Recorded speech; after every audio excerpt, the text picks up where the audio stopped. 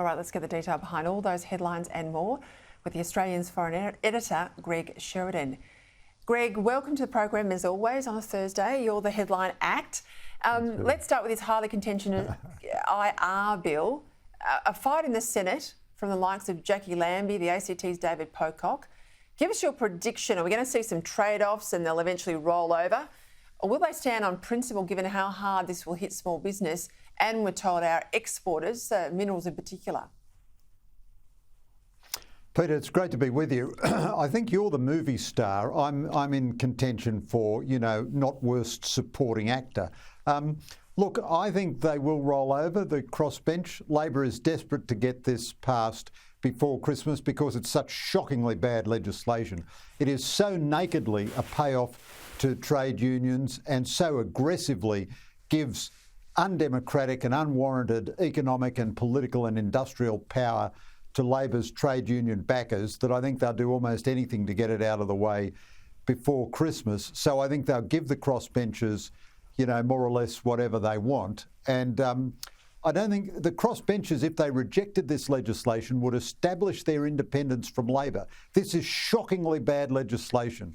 And if the crossbenchers accept this, it shows that they are basically part of a left of centre and quite far left of centre coalition, because this is legislation Gough Whitlam would have been proud of and Bob Hawke would have been ashamed of.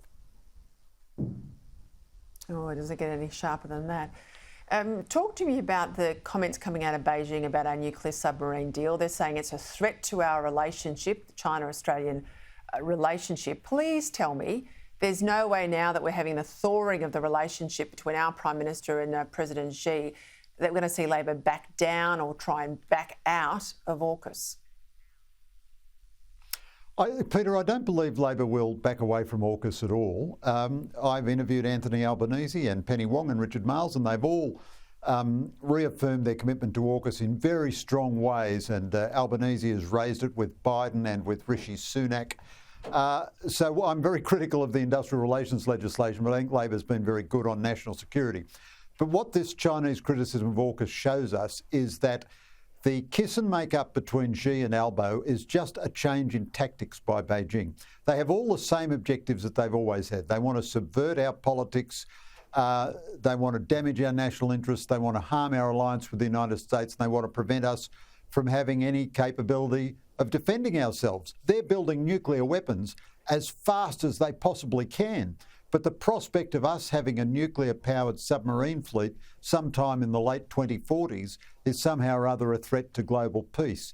So the Chinese position is utterly hypocritical, but I do think this is a period of some danger because the Chinese actually are more dangerous in our politics when everything is sweet on the surface than they have been over the last several years, where everyone has seen the naked reality. You are spot on. Talk to me about the Victorian election. You're based in Victoria, Victorian born and bred. How do you see it playing out on the weekend? A terrific piece today in The Australian about Daniel Andrews. Give us your take on him and what does the state look like after 8 years of an Andrews rule? Well, I believe Daniel Andrews, and I'll outline this at some length in the paper tomorrow as well, but I believe Daniel Andrews is a historic landmark in Australian politics. He's not only a very bad government, but this is the most profoundly, dedicatedly, consistently anti-Christian government which we've ever had in the history of Australian politics. Matthew Guy's Liberals are too cowardly to oppose him on any of this or to call it out. But legislation makes it very difficult for Christian schools to employ Christian teachers. Other legislation makes it very difficult for Christian ministers to talk to people about any sexual problems or issues they might have. Daniel Andrews' rhetoric about Christian institutions and people has been inflammatory and foolish and over the top. I mean, he described traditional Christian teaching on marriage being, on sex being appropriate between a married man and woman, and on abortion being, undesirable, as bigotry, hatred and intolerance. So Daniel Andrews has defined core Christian doctrine as bigotry, hatred and intolerance. He wouldn't accept the High Court decision. He wouldn't say that he accepted the High Court decision freeing Cardinal Pell, and the next day There was vandalism at Catholic churches, and he made it illegal for Catholic priests to maintain the seal of the confessional.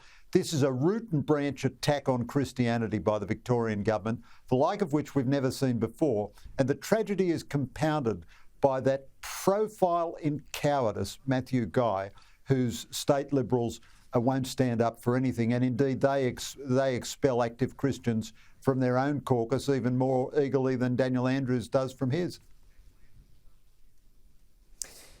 Couldn't get any clearer than that, Greg Sheridan. Quickly, Andrew Giles, this decision on TPVs to allow the people who came illegally, they are not declared as refugees. They're in Australia with uncertainty with the TPV status, but allow them to travel overseas now. This is a departure from the policy that's been in place under the Howard government, under the Abbott government, maintained while the government's in between. How do you see it playing out? Well, Peter, I think it is a bad move by the government. Of course, you must treat human beings in accordance with their human dignity. But these people have choices. How can it be that if you come to Australia illegally and the government, with very sympathetic refugee determination procedures, determines you are not a refugee, that you can then go back to the country which you allegedly fled because you were going to be persecuted there, but you can apparently go back there quite safely, visit your family, and then come back to Australia to take up again temporary protection. That just doesn't seem to be logical to me, and it cannot be the case that simply by defying the law for a long enough period of time, you get to change the law. It is a wicked problem, this, because you certainly want to treat people with dignity and humanity, but, the law is the law and it has to have consequences. Well, we are treating them with dignity. We've got them here in Australia temporarily, and they've been here for a decade temporarily. Not many countries around the world are as kind as Australia is to people who just turn up on their doorstep, but we'll see what happens. We've watched this movie, sadly, before, Greg Sheridan. It doesn't end well. Thank you for your time.